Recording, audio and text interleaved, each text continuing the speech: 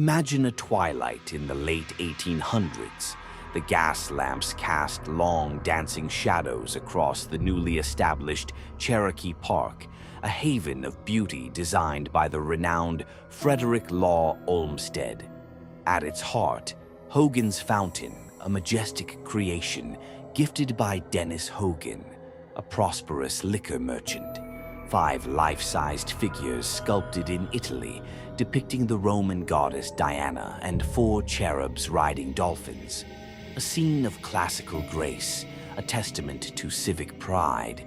But even then, amidst the admiration, a subtle unease began to take root. Perhaps it was the stillness of the figures in the fading light, or the way the water seemed to murmur secrets as it cascaded down. Locals started to notice things, odd things. The earliest stories were faint, almost dismissed as tricks of the eye. A fleeting shadow that didn't quite match any of the statues, a sudden drop in temperature near the fountain on even the warmest nights. Some park-goers swore they heard faint weeping carried on the breeze, a sorrowful sound that seemed to emanate from the stone itself. These weren't tales of grand hauntings, not yet. They were subtle shifts in the atmosphere, a prickling sensation on the back of your neck as you passed the fountain after dusk. The kind of feeling that makes you quicken your pace, glance over your shoulder, and try to rationalize it as just your imagination playing tricks. The stories grew more concrete, fueled by encounters that couldn't be easily dismissed. Old Man Hemmings, the park's night gardener, a man who'd seen his share of strange happenings in his long life, recounted the chilling tale of a moonlit night. He swore he saw one of the cherubs shift its gaze, its stone eyes seeming to follow him as he tended the flower beds. He fled that night, his tools abandoned, and never worked the late shift again.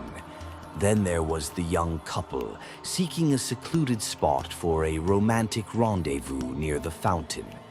They spoke of a sudden, oppressive cold descending upon them, a feeling of being watched by unseen eyes, and then the distinct sound of a sigh, heavy with sorrow, so close it felt like someone was breathing down their necks. They didn't linger. What makes Hogan's Fountain so unsettling isn't a boisterous, rattling ghost. It's a stillness, an unnerving sense of observation.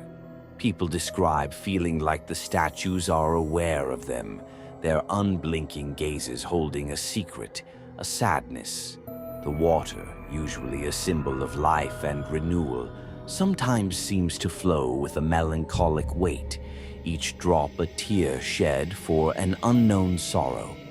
Some speculate about the Italian sculptor, his life, his intentions. Did he imbue the stone with some fragment of his own emotions? Others whisper about the land itself, the history of Cherokee Park before it became a place of leisure. Were there tragedies here, sorrows that seeped into the very earth, now clinging to the fountain as a focal point? Over the years, the legend has woven itself into the fabric of Louisville lore. New details have emerged, each more chilling than the last.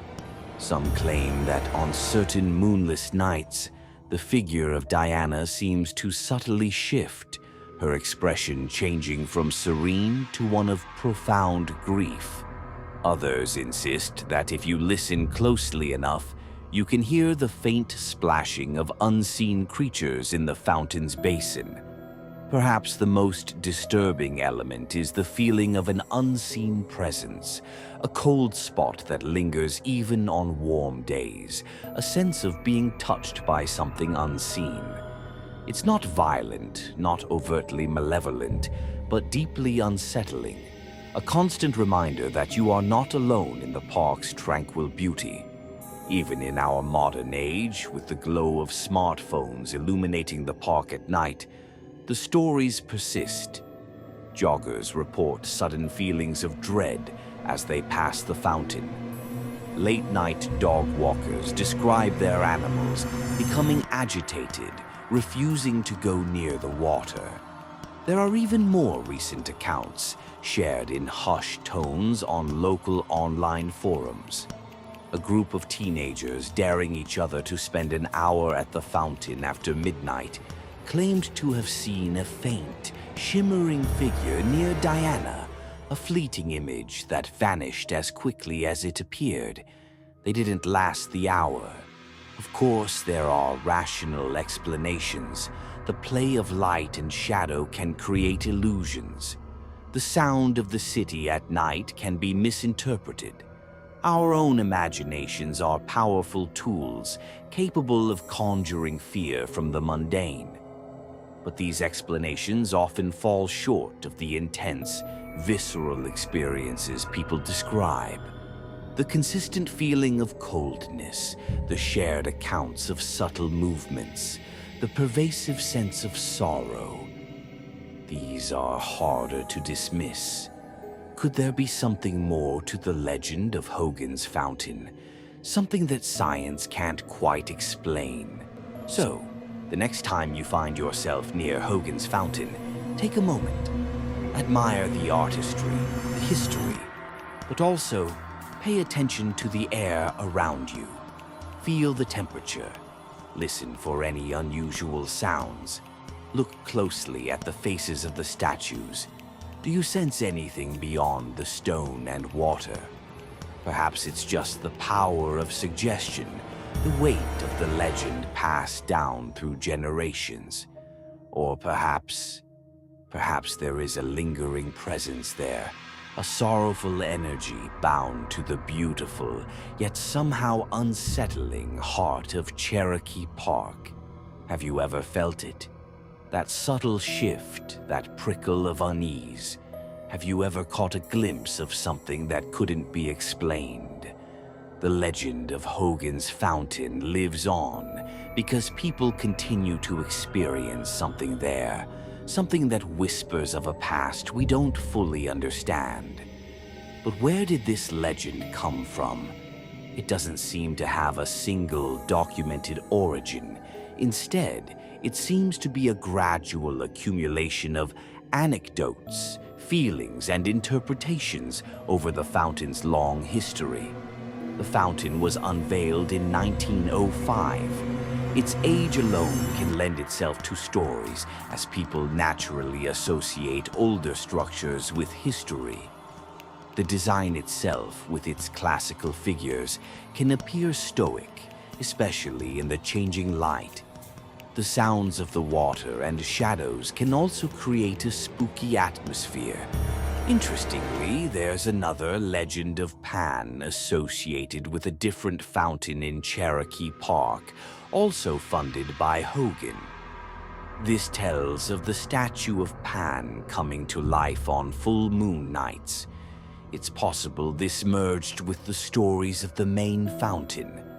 Ultimately, the legend is likely a mix of atmosphere, suggestion, and the inherent mystery that parks can hold, especially after dark. As dusk settles over Cherokee Park once more, and the shadows lengthen around Hogan's Fountain, remember the stories you've heard. Remember the whispers of sorrow, the feeling of unseen eyes. The fountain stands silent, its sculpted figures bathed in the moonlight. A beautiful landmark by day, perhaps something more, something haunted by night. So the next time you're in Louisville, venture into Cherokee Park. Visit Hogan's Fountain. But be warned, you might just find that the legend is more real than you ever imagined. And you might leave with a story of your own to tell. If you want to hear more spooky and mysterious tales, click the subscribe button and give us a like. If you've heard an urban legend tale and want us to explore its hidden depths, leave us a comment below.